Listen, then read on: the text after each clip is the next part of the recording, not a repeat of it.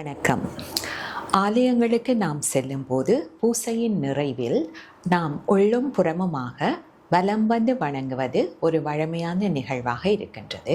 இவ்வாறு நாம் வட்ட வடிவில் பிரதட்சிணம் செய்யும்போது இறைவன் மையப்புள்ளியில் இருப்பார். இது எப்பொழுதும் இறைவனை மையப்புள்ளியாக வைத்து நாம் செயலாற்ற வேண்டும் என்பதனை குறித்து நிற்கின்றது. மையப்புள்ளியிலிருந்து வட்டம் எப்பொழுதும் சமமான தூரத்திலே இருக்கும். இது இறைவனின் கருணை அனைவருக்கும் எப்பொழுதும் சமமாகவே இருக்கும் என்பதனையும் நினைவு கூறுகிறது.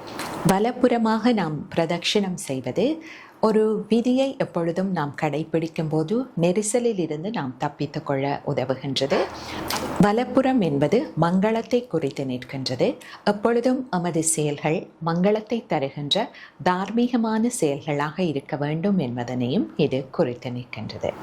சாஸ்திரங்கள் மாத்ரு தேவோபவ, பித்ரு தேவோபவ, ஆச்சாரிய தேவோபவ என்று குறிப்பிடுகின்றது.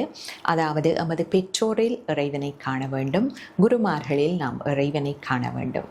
விநாயகர் தனது பெற்றோரை வலம் வந்து மாங்கனியை பெற்றுக்கொண்டதும் இதனையே உணர்த்தி நிற்கின்றது. பாரம்பரியமாக நாம் செய்கின்ற பூஜை வழிபாட்டின் போதும் நம்மை நாமே 3 முறை வலம் வந்து வீழ்ந்து வணங்குவது ஒரு சம்பிரதாயமாக இருக்கின்றது. அது வெளியில் இருக்கும் அதே இறை சக்தி நம்முள்ளும் உரைகின்றது என்பதனை குறித்து நிற்கின்றது. பிரதட்சிண நமஸ்காரத்தின் போது நாம் சொல்லுகின்ற மந்திரம் யானி கானீச்ச பாபானி ஜன்மாந்தர கிருதானிச்ச தானி தானி வினஷந்தி பிரதட்சிண பதே பதே. அதாவது ஜன்மாந்தரங்களாக நாங்கள் செய்த அனைத்து பாவங்களும் பக்தி பூர்வமாக நாங்கள் பிரதட்சிணம் செய்யும் போது அழிந்து போகின்றது என்று பொருள்படுகின்றது. நாரத மகரிஷியால் எழுதப்பட்ட அஸ்வத்த ஸ்தோத்திரத்திலே பிரதட்சிணம் செய்யும் போது நாம் கவனிக்க வேண்டிய 4 விடயங்கள் பற்றி குறிப்பிடப்பட்டிருக்கின்றது.